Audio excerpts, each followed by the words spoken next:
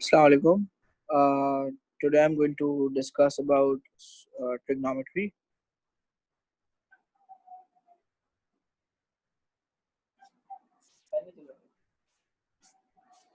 Connect me over.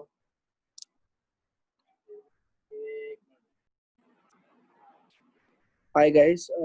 Today I'm going to discuss something about trigonometry.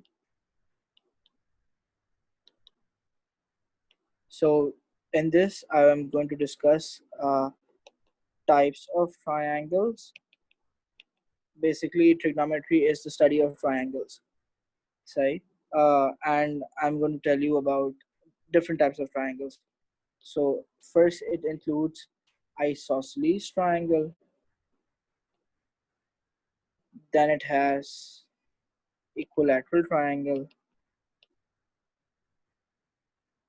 Then it has scalene triangle. Isosceles triangle basically refers to two angles and two sides are same. Similarly, equilateral has all sides and all angles same.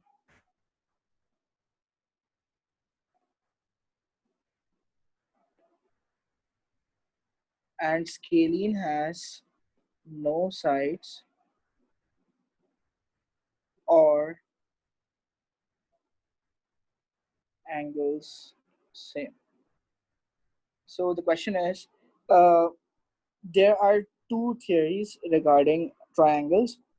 One theory says that if I take down, for instance,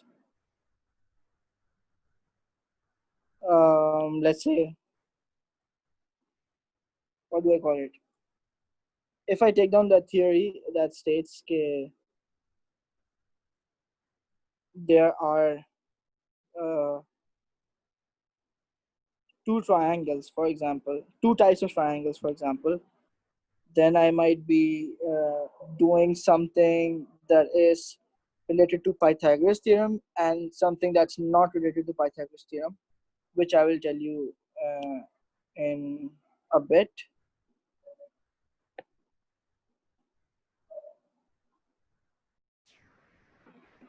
So, as I was telling you earlier, that there are two different types of triangles. So, one theory says that the triangle has to be something of an angle of theta as 90 degrees. Acha, this angle can be in any of the sides, but primarily it is in between the two angles that are being formed.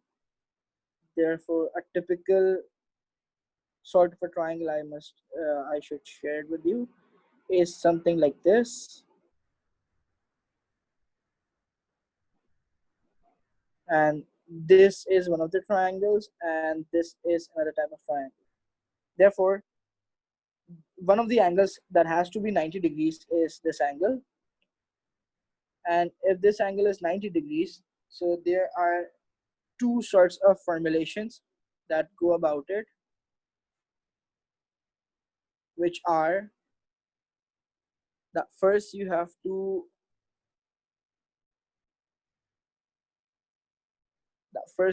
have something called Pythagoras theorem,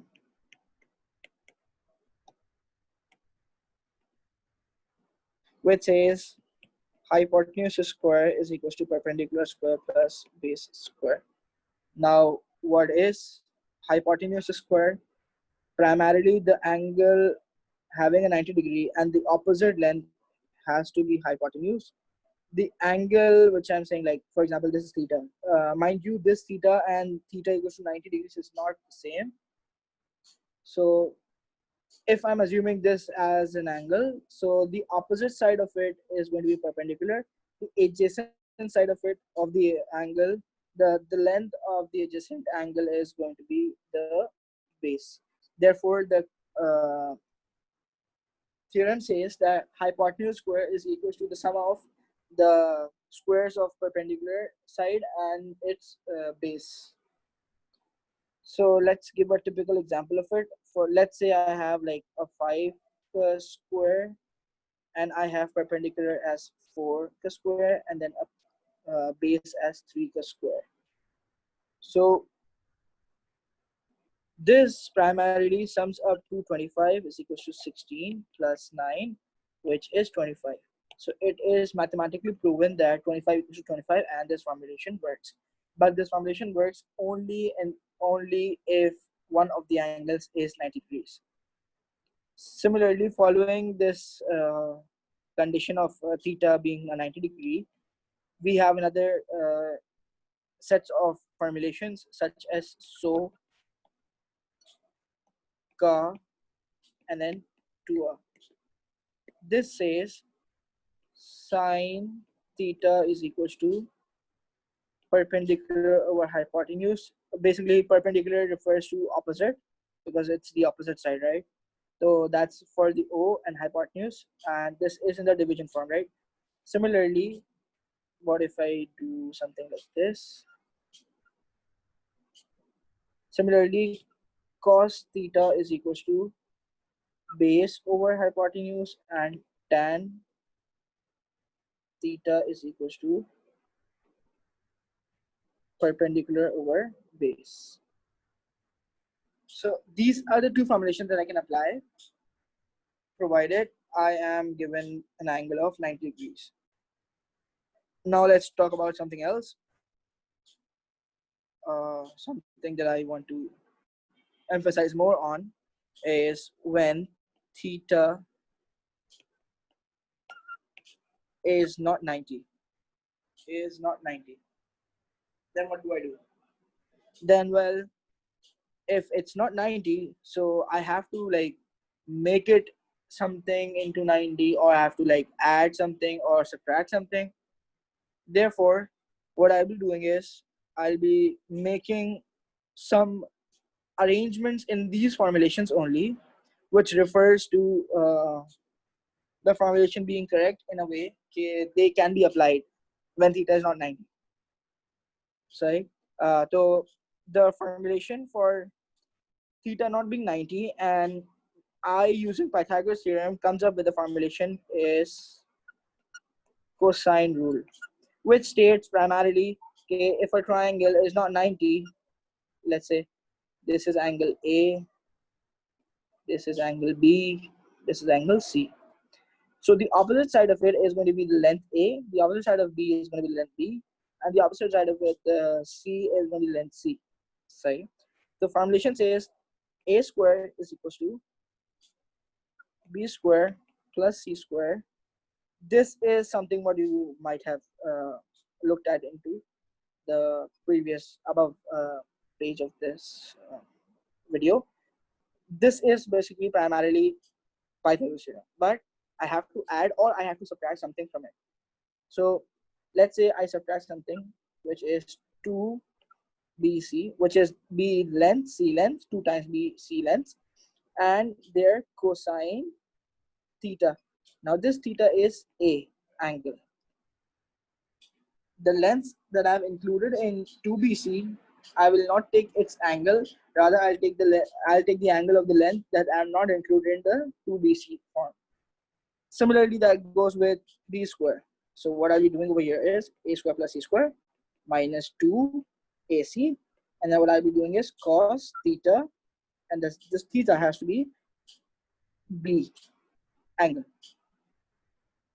and so far so forth. C square equals to A square, wait for a second, A square plus B square minus 2AB cos theta, and this theta has to be C. So there you go. This is primarily cosine rule is all about. You can also say it as कि जब theta 90 नहीं है तो Pythagoras theorem का भाई है, that's called cosine rule. Similarly, I have something of much more use, which is when I cannot apply SOHCAHTOA, which means I cannot apply sine, cosine, and tan, then what I'll be using is I'll be using sine rule. What does this say? It automatically says that this is A, this is B, this is C, and this is A length, this is B length, and this is C length. So it says sine, wait for a second, my screen is not working. This has actually been repaired recently. Sine A angle over A length. Wait for a second.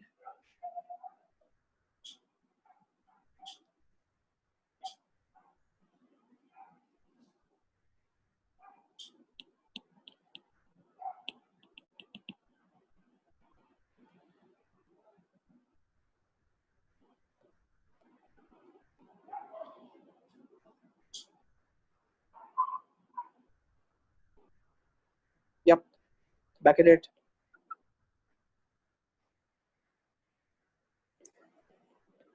Sine A angle over its length is equals to sine B angle over its length is equals to sine C angle over its length. So I can use this 1 is equals to 2 is equals to 3. I can use multiple combinations like 1 equals to 2. I can also use 2 equals to 3. And then I can also use 1 is equals to 3. It's all up to me. But these combinations are correct. So this particularly sums up your trigonometry lecture.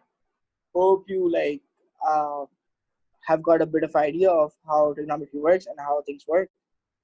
So then if you have any questions, then you are free to message me away. I'm just a message away. And if you have any questions in the worksheets, I'm there to help you out. Then see you in the Zoom classes and further classes, hopefully, inshallah.